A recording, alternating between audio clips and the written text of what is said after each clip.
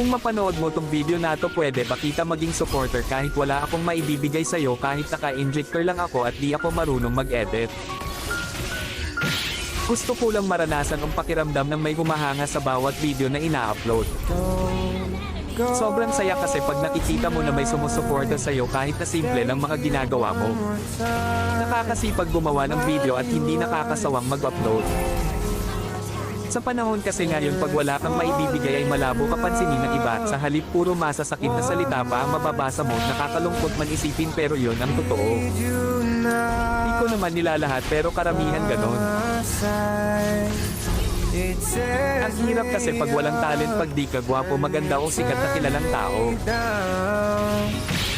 Ang hirap pag di ka mayaman.